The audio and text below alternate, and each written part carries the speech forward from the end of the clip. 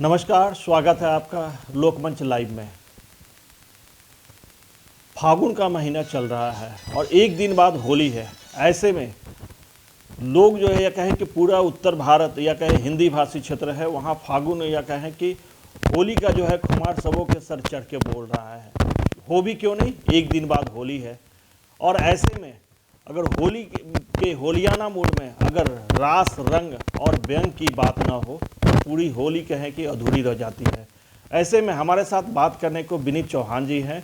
ये उत्तर प्रदेश से बिलोंग करते हैं। राजधानी रांची आए हैं, यहाँ के लोगों को हंसाने और गुदगुदाने आए हैं। इनसे बात करेंगे और जानेंगे कि आखिर ये होली में जो है रास रंग और व्यंग की बातें क्यों की जाती है। सबसे पहले तो आपका लोकमंच लाइव में आपका स्वागत है। बहुत बहुत धन्यवाद आपका। इस चैनल पर मैं आपका भी आभार व्यक्त करता हूं कि आपने आज मुझे समय दिया। सर, अगर होली और व्यंग की बात अगर ना हो तो अधूरी है। आखिर दोनों का संबंध क्या? देखिएगा, भारत जो है वो लोक रंग का, उत्सवों का देश है। साल भर में हम अपने अपने व्यापार में, कोई सर्विस में, कोई खेती बाड़ी में, मजदूरी में व्यस्त रहता है। लेकिन हमारे पूर्वजों ने कुछ उत्सवों का ऐसा निर्माण किया कि उस सब के बीच में से एक बार हम सब भूल जाएं, कौन बड़ा है कौन छोटा है। शायद इस सब अहंकार को तिरोहित करने के लिए होली का रंग लगा होगा। न किसी के कपड़े अलग दिखें उस दिन, न किसी का चेहरा अलग दिखे उस दिन।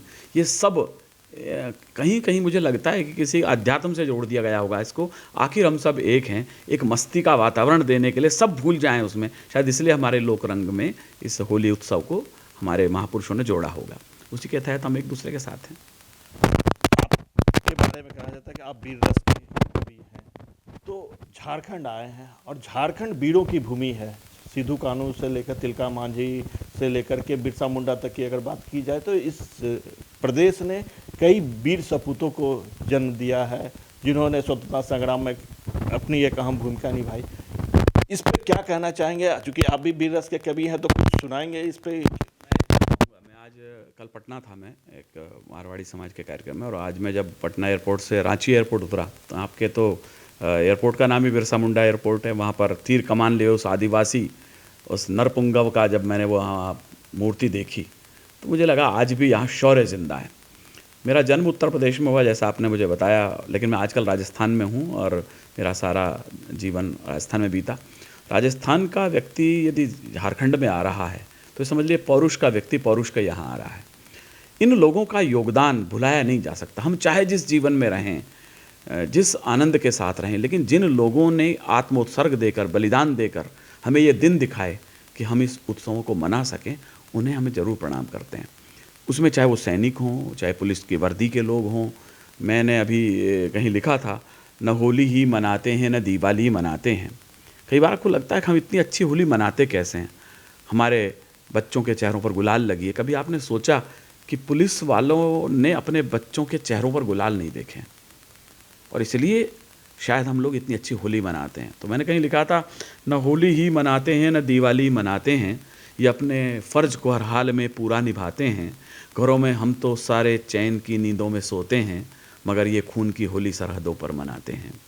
ये खून की होली यदि सरहदों पर नहीं खेल रहे होते तो शायद हम यहाँ रंग और गुलाल की होली नहीं खेल रहे होते। तो इस शौर्य को भी आज के दिन याद किया जाना चाहिए, चाहे वो बिरसा मुंडा जी हों या अन्य कोई ऐसे महापुरुष हों। जब शौर्य की बात की, बॉर्डर की बात की, ऐसे में अगर देश के जो वर्तमान कि पूरे विश्व की अगर देखें कि अभी हाल में जैसे रशिया यूक्रेन के बीच जो युद्ध चल रहा है, उसमें कहीं ना कहीं पूरा देश, पूरा विश्व जो है सफर कर रहा है, तो इस पर क्या कुछ कहना चाहेंगे? कुछ देखिएगा, जहाँ तक यूक्रेन रसिया का सवाल है, मैं हैरत में हूँ आखिर इस यूएनओ का निर्माण किस लिए हुआ था। कहा यह गया था कि जब कहीं किसी देशों के बीच में तनाव उत्पन्न होगा तो यूएनओ उसके बीच में आएगा। लेकिन कहते हैं कि गरीब की जोरू सबकी भाभी होती है, या नियम केवल छोटे लोगों के लिए होते हैं, बाहुबलियों के लिए नहीं होते हैं। तो दुनिया का दादा रसिया छोटे से यूक्रेन पर कुछ भी कर रहा है, अमेरिका जैसा तक नहीं बोल पा रहा है। हाँ, एक चीज़ उस कब के बीच में अच्छी हुई है कि भारत का झंडा वहाँ ज़रूर बुलंद रहा है। भारत के जितने मेडिकल के बच्चे वहाँ थे या अन्य कोई लोग थे, उनको रसिया और यूक्रेन दोनों की तरफ से ये सुरक्षा प्रदान की गई कि जिस भी गाड़ी पर तिरंगा लगा होगा, जिस भी सीने पर तिरंगा लगा होगा, वो उस पर हमला नहीं करेंगे। विश्व के लिए ये घटना एक आश्चर्यजनक थी और भारत के लिए स्वाभिमानपूर्ण घटना थी, लेकिन युद्ध किसी समस्या का समाधान नहीं है। उन्हें बहुत जल्दी इस युद्ध को समाप्त करके शांति की ओर लौटना चाहिए। वर्तमान में जो देश के हालात हैं, जिस तरह से की बातें हो रही है, उसमें वीर रस में इसका किस तरह से वर्णन किया जा सकता है?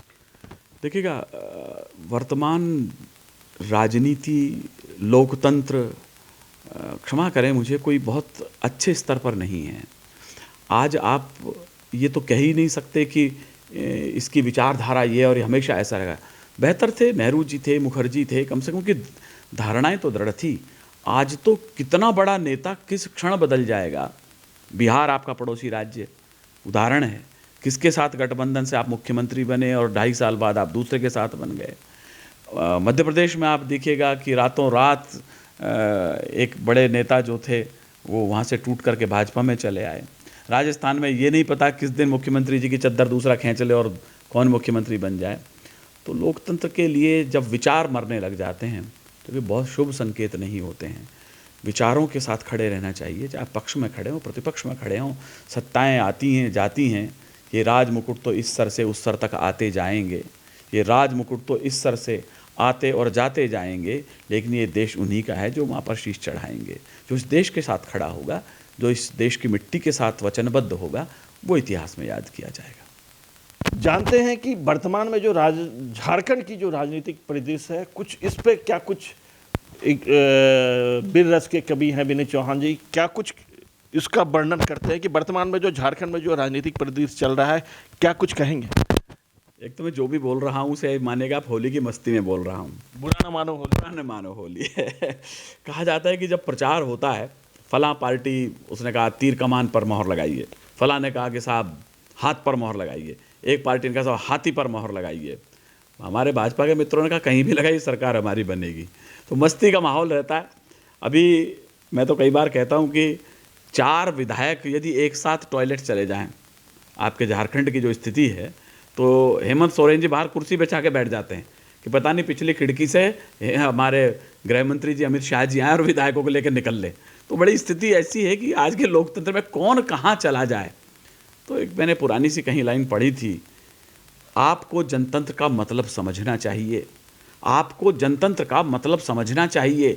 एक मौका लूट का हर दल को मिलना चाहिए और इनको चुनिए बच गए जो आज तक ईमानदार, इनके भी गणवेश पर जन रक्त लगना चाहिए। कभी कभी मुझे लगता है कि सब जगह तो नहीं है, लेकिन कुछ जगहों पर, भारत के कुछ प्रांतों में मैं जब देखता हूँ तो मुझे ऐसा लगता है कि इस देश में अभी अपरिपक्व लोकतंत्र होने लगा है। एक परिपक्व लोकतंत्र नहीं है।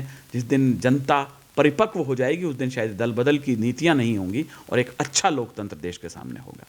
वीर रस के हैं, लेकिन होली में कहा जाता है कि हल्के फुल्की बातें हो, गिले शिकवे दूर करने की बातें हो, कुछ गुदगुदाने की बातें हो, तो वीर रस में इसका वर्णन आखिर कैसे करेंगे? अगर आपने ठीक कहा, मैं वीरस का आदमी, तो वीरस की बातें तो मैंने सारी आपको कह दी हैं।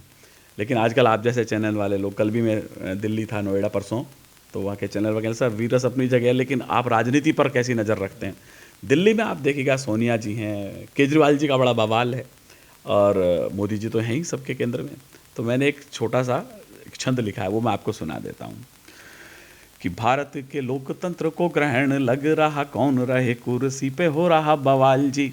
कौन पीएम बने, कौन एलजी के साथ रहे, कौन मुख्यमंत्री, कौन मनीष सिसोदिया कब गिरफ्तार हो जाए।